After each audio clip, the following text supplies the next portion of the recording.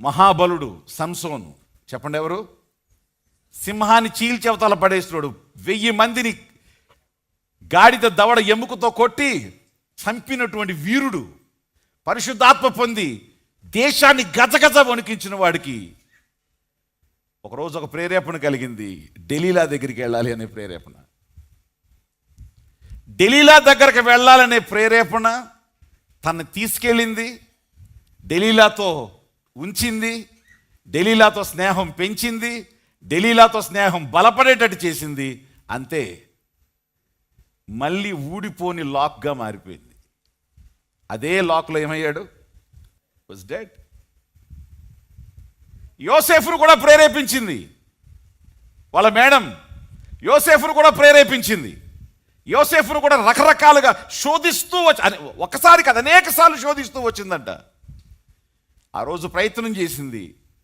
ఆ షర్ట్ అక్కడ విడిచిపెట్టి, పట్టుకున్న షర్ట్ విడిచిపెట్టి పారిపోయాడు. చెరసాలకే వెళ్ళాడు. కానీ చెప్పండి ఏమైంది? బంధకంలో ఇరుక్కుపోలా, బంధకాన్ని ఇరికించుకున్నాడు. సేటన్ ఆల్ ద టైమ్ రెస్ట్లెస్గా నిన్ను ట్రై చేస్తాడు.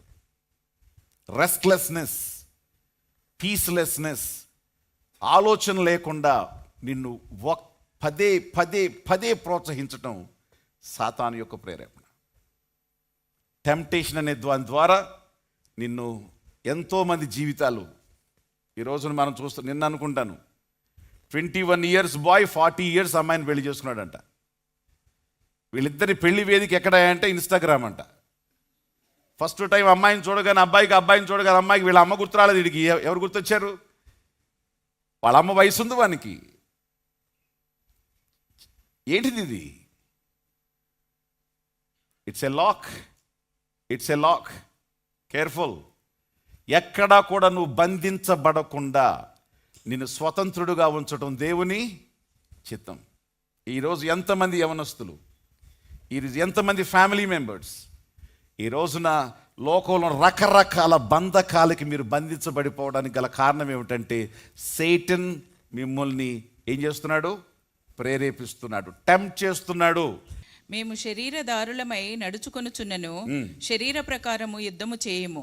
మా యుద్ధోపకరణములు శరీర సంబంధమైనవి కావు గాని దేవుని ఎదుట దుర్గములను పడద్రోయ జాలినంత, దేవుని ఎదుట దుర్గములను పడద్రోయ జాలినంత బలము కలవై ఉన్నవి, బలము గలవై ఉన్నవి. మేము వితర్కములను దేవుని గూర్చిన జ్ఞానమును అడ్డగించు ప్రతి ఆటంకమును పడద్రోసి, ప్రతి ఆటంకాన్ని పడద్రోసి, ప్రతి ఆలోచనను క్రీస్తుకు లోబడినట్లు చేస్తున్నాం. చాలు చాలు చాలు చాలు. దేవుని ఎదుట కొన్ని దుర్గాలు ఉన్నాయంట. దేవుని కోసం కట్టిన దుర్గాలు కాదవి. దేవుని కోసం కట్టినటువంటి సేఫ్ ప్లేస్లు కాదవి. దేవుని ఎదుట కొన్ని దుర్గాలు కట్టి దేవుని ఛాలెంజ్ చేసే దుర్గాలు అవి. రా మా మీద చూద్దాం నీ సంగతి ఏంటో. We're so protected, we're highly protected. ఈ దుర్గములో ఉన్నాం, ఈ యొక్క భద్రతలో ఉన్నాం, ఈ కాపుదల్లో ఉన్నాం, ఈ బిల్డింగ్లో మేము ఉన్నాం. మమ్మల్ని ఎవడేం చేయగలరు? మా వాల్స్ చాలా థిక్గా ఉన్నాయి, మేము చాలా బలంగా ఉన్నాం, మా పిల్లర్స్ చాలా స్ట్రాంగ్ ఉన్నాయి. ఇవి స్ట్రాంగ్ హోల్డ్స్. ఈ స్ట్రాంగ్ హోల్డ్, ప్రతి స్ట్రాంగ్ హోల్డ్కి ఒక స్ట్రాంగ్ ఈవిల్ స్పిరిట్ ఉంటుంది. ఇవి దేవుడిని ఛాలెంజ్ చేస్తా, చర్చిని ఛాలెంజ్ చేస్తూ ఉంటాయి. అవసరమైతే పరిశుద్ధాత్మని ఛాలెంజ్ చేస్తాయి, దేవుని పిల్లల్ని ఛాలెంజ్ చేస్తూ ఉంటాయి. గుర్తుపెట్టుకోండి, సాతాను ఈ విధంగా మనుషులకు లాక్ చేస్తాడు. ఎలాగో తెలుసా? Through the evil spirits. వాడి యొక్క నిర్మాణాల ద్వారా వాళ్ళల్లో వాడు ఉండి వాళ్ళని బలపరిచి వాళ్ళని దుర్గాలుగా మార్చుకొని వాళ్ళనే ఒక ఇల్లుగా మార్చుకుంటాడు. ఆ ఇంటికి సపోర్టరు, శక్తి, పవర్, జనరేటర్ అంతా కూడా వాడే అయి ఉంటాడు. దేవుడు అంటున్నాడు, ఇట్లాంటి దుర్గాలను ఏం చేస్తాం? మేము పడద్రోసేస్తాం. Praise the lord. దీని అర్థం ఏమిటో తెలుసా?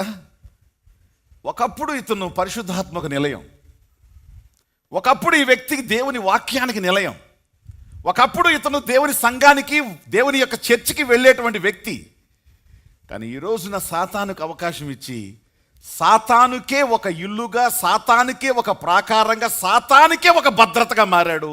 దాని ద్వారా దేవుని సంఘాన్ని ఛాలెంజ్ చేసేవాడుగా మారాడు. వీటిని స్ట్రాంగ్ హోల్డ్స్ అంటారు. వీళ్ళకి సపోర్టర్స్ ఎవరు అంటే అంధకార సంబంధమైన ఆత్మలు. ఇవి మిడ్ ఎయిర్లో, మధ్యాకాశములో పనిచేస్తున్నటువంటి ఆత్మలు. ఇవి పాతాళంలో ఉండేవి కాదు, భూమి మీద ఉండేవి కాదు. వీటి రేంజ్లు వేరు, వీటి ఇన్ఫ్లుయెన్స్ వేరు, వీటి వర్క్ వేరు. ఇలాంటి స్ట్రాంగ్ హోల్డ్స్ ఎప్పుడూ కూడా ఇలా బంధిస్తాయి. కాబట్టి సంఘం మీదకి ఎవడొచ్చినా, సమాజం మీదకి ఎవడొచ్చినా, దేవుని మీదకి ఎవడొచ్చినా ముందు బంధించాల్సింది ఏంటో తెలుసా? స్ట్రాంగ్ హోల్డ్స్ని బ్రేక్ చేయాలి. ఈ రోజున సంఘం మీదకి వస్తున్నటువంటి వీడిని పట్టి, వీడిని సంఘం మీదకి తీసుకొచ్చినా, దేవుని రాజ్యం మీదకి తీసుకొచ్చినా, దేవుని పని మీదకి తీసుకొచ్చిన దురాత్మ, ప్రభువు నిన్ను గద్దించును గాక అని ముందు వాన్నేస్తే ఆ తర్వాత ఈడు పడిపోతాడు. నా మాటలు అర్థమవుతున్నాయా మీకు? సపోజ్ ఒక ప్రభుత్వం క్రిస్టియానిటీ మీదకి వ్యతిరేకంగా వచ్చింది.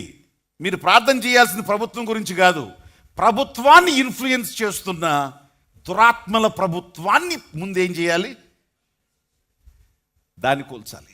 వాడి శక్తిని దేవుని యొక్క రక్తముతో, యేసుక్రీస్తు యొక్క శక్తితో, పునరుద్ధాన శక్తితో, పరిశుద్ధాత్మ ప్రభావంతో, దేవుని వాక్యంతో వాటిని క్యాన్సిల్ చేస్తే అప్పుడు వాటి యొక్క శక్తి, అది ఎప్పుడైతే అవి బలహీనం అవుతాయో ఆటోమేటిక్గా నిర్మాణం బలహీనమవుతుంది. నిర్మాణం ఎప్పుడు బలహీనమైందో కూలిపోతుంది. వాళ్ళు వ్యక్తి అయినా, శక్తి అయినా, ప్రభుత్వమైనా, ఏదైనా డిపార్ట్మెంట్ అని ఏదైనా కూడా ఆ యొక్క స్ట్రాంగ్ హోల్డ్ ఏదైతే పనిచేస్తుందో జీవితం మీద పనిచేసే వాటిని మనం క్యాన్సిల్ చేయాలి. అది ఆత్మ సంబంధమైనటువంటి దృష్టితో కూడిన విధానం. ఊరికే ప్రార్థన ప్రార్థన ప్రార్థన ప్రార్థన అంటే ఈ ప్రార్థన వల్ల ఈగలు కూడా పోవు. మీరు దేని వాడాలి? స్ట్రాటజీని వాడాలి. ఏ సమస్య అయినా, ఏ అనారోగ్యమైనా, ఏ ఆర్థిక పరిస్థితి అయినా ముందు ఆ స్ట్రాంగ్ హోల్డ్ని నేను ఈ దీవెన అనుభవించనీయకుండా, ఇది పొజెస్ చేయకుండా, ఈ మేలు పొందకుండా, ఈ ఆరోగ్యం పొందకుండా, ఈ ఘనత పొందకుండా ఆటంకపరుస్తున్నటువంటి సాతాను నువ్వెవడవైనా ఈ రోజున ప్రభు యొక్క పునరుద్ధాన శక్తితో నిన్ను గద్దిస్తున్నాను, నిన్ను బలహీనంగా మారుస్తున్నాను, ప్రభు నిన్ను లేకుండా చేయునుగా. కానీ దాన్ని నువ్వు ఫోకస్ చేస్తే పనులు ఆటోమేటిక్గా జరిగిపోతాయి. మిమ్మల్ని లాక్ చేసి బంధకంలో ఉంచి బానిసత్వంలో ఉంచడానికి మొదటిది సాతాను యూజ్ చేసేది నెంబర్ 1 చెప్పండి ఏమిటి? మోసం, డిసెప్షన్. 2